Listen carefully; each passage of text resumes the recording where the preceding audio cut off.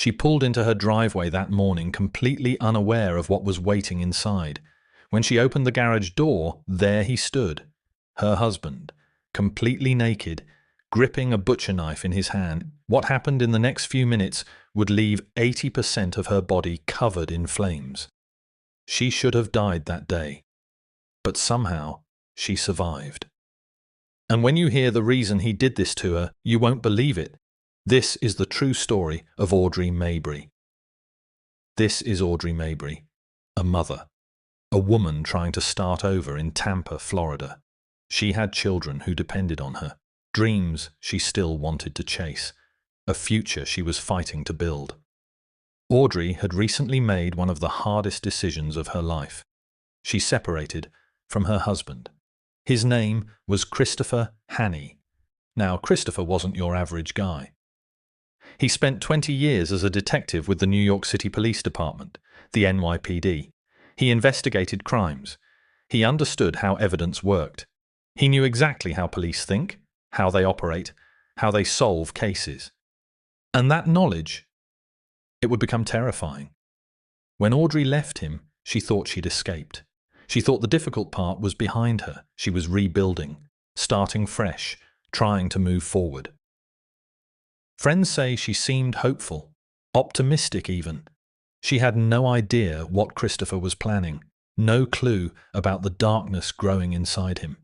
November 27th, 2009. That's the date everything changed.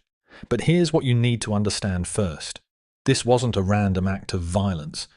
This wasn't a moment of sudden rage. Christopher Haney had been thinking, planning. And the question we need to ask is this: why would a husband try to murder his wife? What pushes someone over that edge? The answer lies in who Christopher really was. Christopher Haney looked like the perfect husband on paper, decorated police officer, respected in his community, a man who'd spent 2 decades serving and protecting. But something changed after Audrey left. People who knew him started noticing things, small things at first. He became obsessive, controlling. He couldn't accept that Audrey had walked away. You see, for men like Christopher, losing control is unbearable. Their entire identity wraps around power, around being in charge. And when that power slips away, some people get angry, some people move on. But Christopher? He started planning something unthinkable. Friends would later tell investigators they saw warning signs. His behavior shifted. He became withdrawn, distant, but nobody imagined what he was capable of. Here's what makes this even more chilling. Christopher knew the system. He understood how domestic violence cases worked. He'd probably handled dozens of them during his career. He knew the statistics. He knew that most victims are killed when they try to leave, and still, he chose to become that statistic. Now, you might be wondering what Audrey did to deserve this. What could possibly justify what happened next? The truth? There was no justification. Audrey simply wanted her freedom. She wanted to live her own life. She wanted a divorce. For Christopher, that was enough. That was his reason. A woman daring to leave him. A woman choosing herself over him. That's it. That's the silly reason. And it nearly cost Audrey everything. But we're getting ahead of ourselves. Let's go back to that morning, November 27th, the day Christopher decided to act. Audrey pulled into her driveway that Friday morning. It seemed like any other day. The sun was shining. Tampa was warm. She had errands to run, things to do. Normal, everyday life. She pressed the button. The garage door started lifting, slowly rising. And that's when she saw him. Christopher, standing in her garage, completely naked. In one hand he held a butcher knife. Can you imagine that moment? The confusion, the terror, the realization that something is very, very wrong. Audrey froze, her mind racing, trying to process what she was seeing, but Christopher didn't give her time to think. He moved toward her, fast. The knife pointed at her throat. He forced her into the garage. The door closed behind them. And suddenly, Audrey was trapped. Trapped with a man she once loved. A man who now wanted her dead. He attacked her, tried to rape her at knife point. Audrey fought back. She resisted with everything she had, and that made him angrier. Christopher grabbed something else, a hammer. He raised it above his head and brought it down, again and again, striking her skull. The blows were brutal. Audrey felt her head splitting open, blood everywhere. She thought this was how she'd die, beaten to death in her own garage.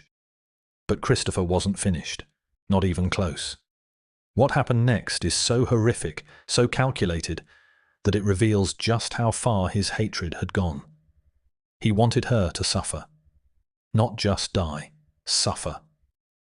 Christopher walked to the corner of the garage. He picked up a container, gasoline. He opened it. The smell filled the air, sharp, overwhelming. Audrey was barely conscious. Her head throbbing, blood pouring down her face.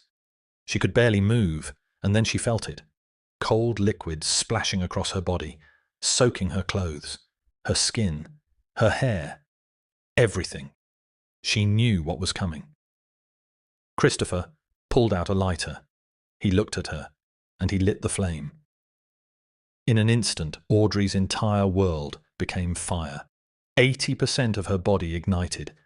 The pain was beyond description, beyond anything a human should ever endure, her skin melting, her flesh burning. The heat so intense she couldn't breathe, couldn't scream. This is where most stories end. Most people wouldn't survive this, couldn't survive this. But Audrey Mabrey is not most people. Because even as her body burned, even as the flames consumed her, she did something extraordinary. Audrey was on fire, flames covering nearly her entire body, the pain unimaginable. Most people would collapse, give up, accept death. But somewhere deep inside Audrey, something refused to quit. Through the agony, through the smoke, through the terror, she found strength. She stumbled toward the garage door, her body screaming with every movement, her skin blistering, peeling away, but she kept moving. She reached the button, pressed it. The door began to rise, and Audrey ran. Still on fire, still burning. She ran into the street. Neighbors saw her, a woman engulfed in flames, running, screaming, begging for help. They didn't hesitate. They called 911, grabbed blankets, tried to put out the fire, but the damage was already done. When paramedics arrived, they couldn't believe she was still alive. 80% of her body had third-degree burns. Her face, her arms, her torso. Nearly everything. They rushed her to Tampa General Hospital. The doctors there had seen burn victims before, but nothing like this. Audrey's injuries were catastrophic. Life-threatening doesn't even begin to describe it. They made a decision. Put her in a medically induced coma. Her body needed to focus on survival, not consciousness, not pain, just staying alive. 6 weeks. That's how long Audrey remained unconscious. 6 weeks of her body fighting, of doctors performing emergency procedures, of her family praying she'd wake up. And when she finally did open her eyes, the nightmare was far from over. 3 months in the hospital, countless surgeries, skin grafts, reconstructive procedures. Each one painful, each one necessary. Audrey had to relearn basic things. How to move, how to eat, how to exist in a body that no longer felt like hers. The physical pain was unbearable. But there was another kind of pain waiting. Emotional, psychological. The kind that doesn't show up on medical charts. Because when Audrey finally looked in a mirror for the first time, she didn't recognize herself. The woman staring back looked like a stranger, scarred, disfigured, changed forever. Many people would break at that moment, would give up, would let the trauma win, but here's what nobody expected. Audrey made a choice that would define the rest of her life. While Audrey fought for her life in that hospital bed, police were building their case against Christopher Hanney. He was arrested immediately, charged with attempted murder. But investigators wanted answers. They needed to understand what drove a retired police detective to do something this evil. They started digging into his background, interviewing people who knew him, looking for patterns, warning signs, red flags they might have missed. And what they found painted a disturbing picture. Christopher had always been controlling. Even during their marriage, he monitored where Audrey went, who she talked to, what she did. Classic signs of an abuser. But it escalated after the separation. Friends told detectives that Christopher became obsessed. He couldn't accept that Audrey had left. Couldn't handle the rejection. For him, marriage wasn't about partnership. It was about ownership. And when Audrey filed for divorce? When she decided to move on with her life? That shattered his entire sense of control. But here's the part that makes this even more disturbing. This wasn't a crime of passion. This wasn't a sudden explosion of rage. Christopher planned this. He knew Audrey's schedule. He broke into her home. He waited for her, naked, armed, ready to destroy her. Why naked? Investigators believe he planned to make it look like something else. Maybe a rape gone wrong, maybe a burglary. He was trying to manipulate the crime scene, using his training, his knowledge of how police investigate.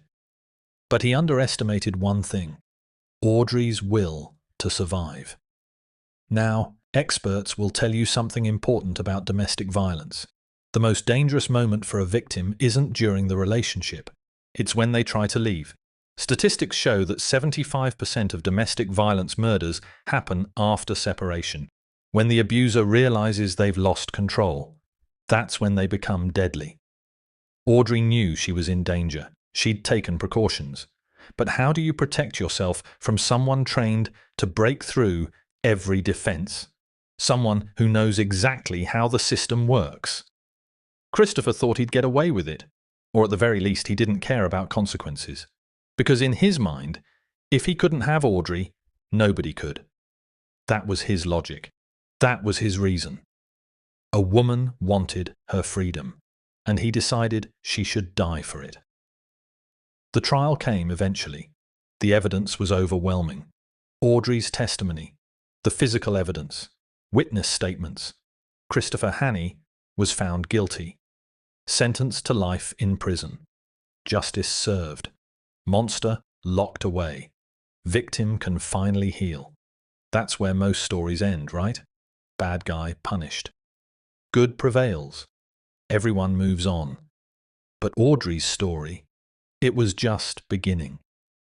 Because what she did next shocked everyone who knew her, including the prosecutors, the victim advocates, even her own family. Audrey spent months recovering in that hospital. Surgery after surgery. Procedure after procedure. Each time the doctors worked to rebuild what the fire had destroyed. But the physical scars were only part of the battle. The first time Audrey truly looked at herself in the mirror, she broke down. The face staring back wasn't hers. The body she saw didn't belong to her. She felt like a monster. Her own words. A monster. The burns had changed everything. Her appearance. Her mobility. The way people looked at her. Some stared. Some looked away. Some whispered. Audrey could see it in their eyes. Pity. Horror. Discomfort. It would have been so easy to hide, to retreat from the world, to let the trauma define her forever. Many survivors do exactly that. They become prisoners of their past, unable to move forward, unable to heal. But Audrey realized something crucial. She couldn't control what happened to her. She couldn't change the scars on her skin, but she could control what happened next. She could choose how to move forward. That choice, that single decision, it saved her life in a way the paramedics never could. Audrey threw herself into healing. Not just physical healing, emotional, spiritual, mental. She tried everything: traditional counseling, therapy, life coaching, essential oils, supplements, meditation, prayer. Some people might call that desperate. Audrey calls it survival. Because here's what she learned: healing isn't one size fits all. What works for one person might not work for another. and survivors need the freedom to find their own path. She also did something most people don't think about. She started asking questions, not just about the attack, but about herself, about her past, about the patterns in her life that led her to Christopher in the first place. This wasn't about blame. This wasn't about saying she caused this. Absolutely not. But Audrey wanted to understand. She got curious about her own wounds, the ones that existed long before Christopher ever hurt her. Childhood trauma, issues with self-worth, the ways she'd learned to see herself. She realized that to truly heal, she needed to go deeper, past the surface, past the obvious trauma, down to the roots. And that's when something remarkable started happening. Audrey began to reclaim herself. Not the woman she was before the fire. That woman was gone. But someone new, someone stronger, someone who understood pain but refused to be defined by it. Her family watched in amazement. The Tampa Bay community rallied around her. Financial support, emotional support. People she'd never met reached out with kindness. That community became part of her healing. Because here's another truth Audrey discovered. You cannot heal alone. You need people, friends, professionals, a support network that believes in you, that sees your worth when you can't see it yourself. But even with all this progress, even with all this growth, Audrey still had one more mountain to climb. The biggest one. And when people heard what she was planning to do, they thought she'd lost her mind, because Audrey made an announcement that nobody saw coming. She said she forgave Christopher Haney, the man who set her on fire, the man who left her disfigured, the man who tried to murder her in the most painful way imaginable. She forgave him. How? Why? What kind of person does that? The answer is complicated, more complicated than a simple word like forgiveness can capture. Let's be clear about something. When Audrey said she forgave Christopher, people were angry. Some thought she was weak. Others thought she was in denial. Victim advocates worried she was sending the wrong message. How could you forgive someone who did that to you? It doesn't make sense. It feels wrong. But Audrey's forgiveness wasn't what most people think. It wasn't simple. It wasn't instant. It didn't happen all at once. Forgiveness came in layers, in stages, over years, and it definitely wasn't easy. Audrey is a Christian. Her faith matters deeply to her, and she believes in forgiveness as a spiritual principle. But even she admits, forgiving Christopher was the hardest thing she's ever done, harder than surviving the fire, harder than the surgeries, harder than looking in the mirror. Because forgiveness required something different.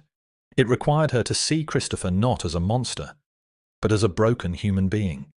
She had to look past the evil he did, past the pain he caused, and try to understand him through a different lens, through what she calls God's eyes.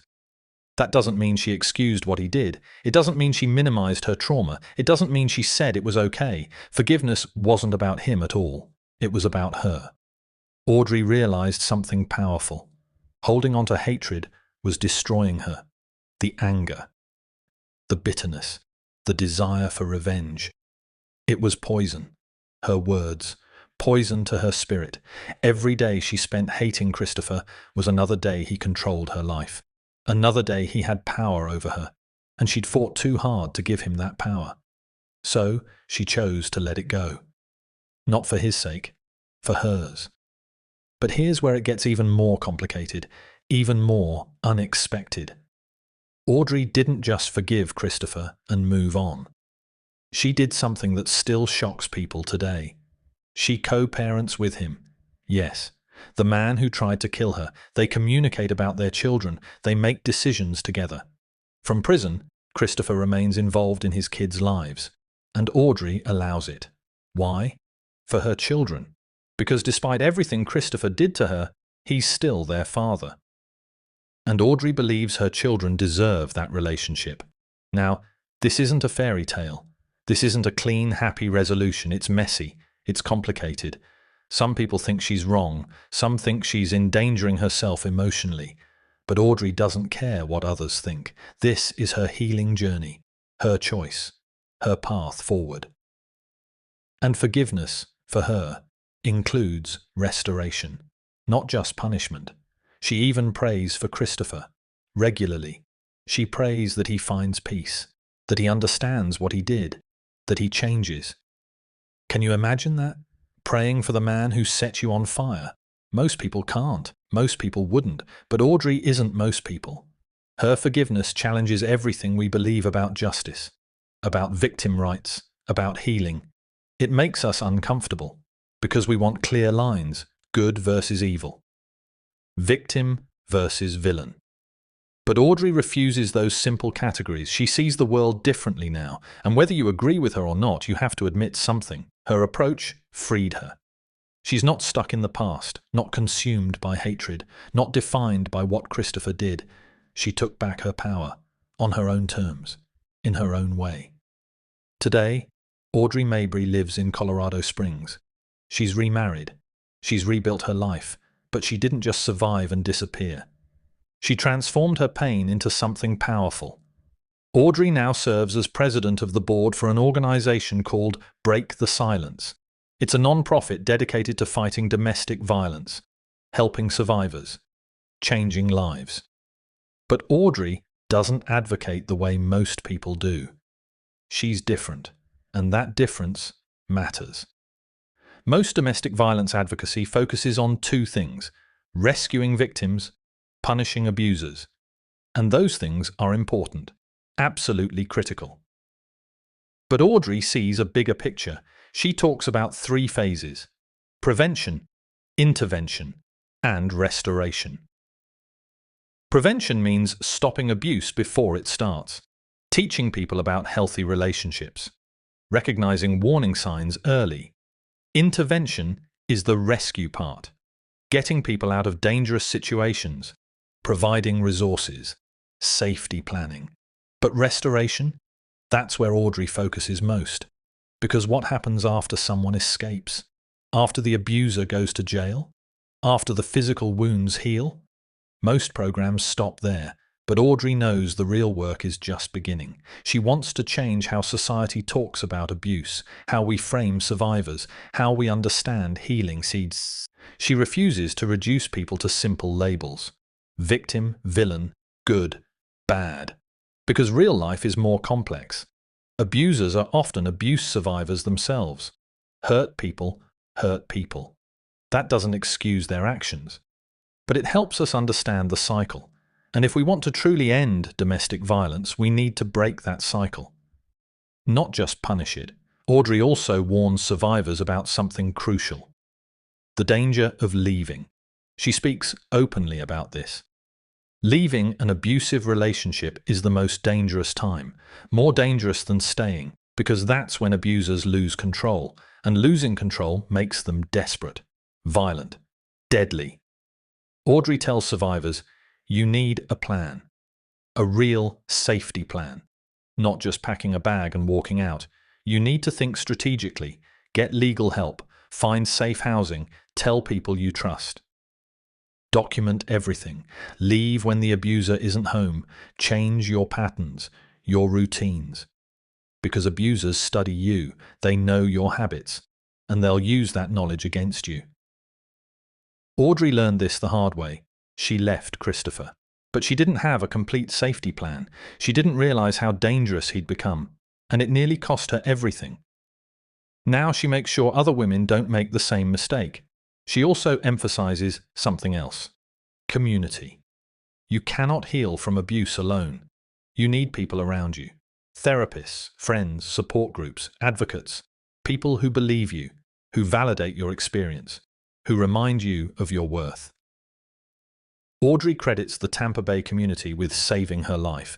Not just the paramedics and doctors, but the everyday people who showed up, who donated money, who sent cards, who prayed, who cared. That network carried her through the darkest days. And now she's building that same kind of network for others. But perhaps most importantly, Audrey talks about identity, about self-worth, about understanding who you are beneath the trauma. She encourages survivors to get curious, to ask hard questions. Why did I stay? What wounds made me vulnerable? How do I see myself? What do I believe I deserve? These aren't easy questions, and they're not about self-blame. They're about self-understanding. Because if you don't address the root issues, you might escape one abuser only to find another. The pattern repeats until you break it. Audrey broke it. She did the internal work, the painful, difficult work of looking at herself honestly. And that work set her free in ways the courtroom verdict never could. She also speaks about healing modalities, about finding what works for you. Some people need traditional therapy, others need alternative approaches, some need medication, others need spiritual practices. Audrey tried everything. And she tells survivors, don't let anyone tell you there's only one right way to heal. Your journey is yours. Take what helps. Leave what doesn't. Trust yourself. You know what you need better than anyone else. Audrey Mabrey should have died on November 27, 2009. 80% of her body was burned. Her skull fractured. Her life shattered. Most people don't survive that kind of attack, and the few who do rarely recover. But Audrey didn't just recover, she transformed. She took unimaginable pain and turned it into purpose. She took scars that should have destroyed her and used them to help others. Today, when Audrey speaks to groups, people can't look away, not because of her scars, but because of her strength, because of her message, because she represents something we all need to believe in, the power of choice. Even when everything is taken from you, you still have choices. You can choose bitterness or forgiveness, isolation or community, victimhood or survival. Audrey chose life, over and over again. In the hospital bed, in front of the mirror, in the courtroom, in her advocacy work. Every single day, she chooses to move forward. Her story isn't just about surviving violence. It's about reclaiming yourself after trauma. It's about refusing to let the worst moment of your life become your entire story. Christopher Haney took a lot from Audrey. Her physical appearance, her sense of safety, years of her life. But he didn't take her spirit, he didn't take her voice, he didn't take her future. And that's what matters most.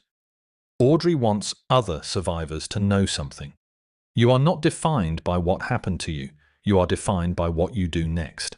The pain is real. The trauma is real. The scars are real. But so is your strength. So is your worth. So is your ability to heal. If you're in an abusive relationship right now, please listen carefully. You deserve safety. You deserve respect. You deserve love that doesn't hurt. And there are people ready to help you. The National Domestic Violence Hotline is available 24/7. 1-800-799-7233. They can help you make a safety plan, connect you with resources, guide you through the process of leaving safely. You don't have to do this alone. You don't have to suffer in silence. Reach out today, right now. And if you're someone who's already escaped, who's already surviving, Audrey's message is this. Healing is possible. It won't be easy. It won't be quick. It won't follow a straight path. But it's possible. Give yourself permission to heal in your own way. Find your community. Ask the hard questions. Do the internal work. And remember, forgiveness is personal. You don't owe it to anyone. But if you choose it, do it for yourself, not for them. Audrey Mabrey is living proof that our worst moments don't have to be our final moments. That survival is just the beginning. That transformation is possible even after the unthinkable. Her courage should inspire us. Her forgiveness should challenge us. Her advocacy should move us to action. Because domestic violence isn't just her problem, it's everyone's problem. And we all have a role to play in ending it. If this story impacted you, share it. Send it to someone who needs hope, someone who's struggling, someone who needs to hear that survival is possible. Leave a comment below. Tell us what part of Audrey's journey moved you most, what surprised you, what challenged your thinking, and subscribe. Because stories like this matter. Survivors like Audrey deserve to be heard. Their voices deserve to be amplified. Their strength deserves to be celebrated. Thank you for watching. Thank you for caring. And remember, if Audrey can survive fire and find forgiveness, imagine what you can overcome. Your story isn't over, not even close.